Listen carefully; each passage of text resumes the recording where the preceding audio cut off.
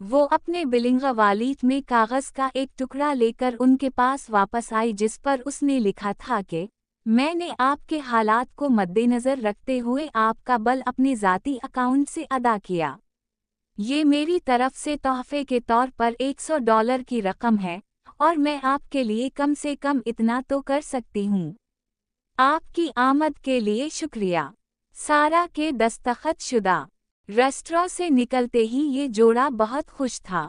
مشکل صورتحال میں مبتلا سارہ کے لیے حیرت انگیز بات یہ تھی کہ اس نے اپنے سخت مالی حالات کے باوجود جوڑے کے کھانے کا بل ادا کرنے میں بے حد خوشی محسوس کی۔ حالانکہ وہ تقریباً 1 سال سے ایک آٹومیٹک واشنگ مشین خریدنے کے لیے پیسے بچا رہی تھی کیونکہ پرانی واشنگ مشین سے کپڑے دھونے میں اسے بہت مشکل ہوتی تھی۔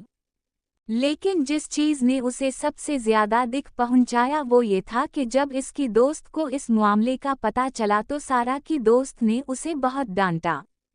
کیونکہ اس نے خود اپنی اور اپنے بچے کی ضرورتوں کو پس پشت ڈال کر یہ پیسے بچائے تھے، اسے دوسروں کی مدد کرنے سے زیادہ اپنے لیے واشنگ مشین خریدنے کی ضرورت تھی۔ اسی دوران اسے اپنی ماں کا فون آیا جس میں اسے اونچی آواز میں کہا گیا، سارہ تم نے کیا کیا؟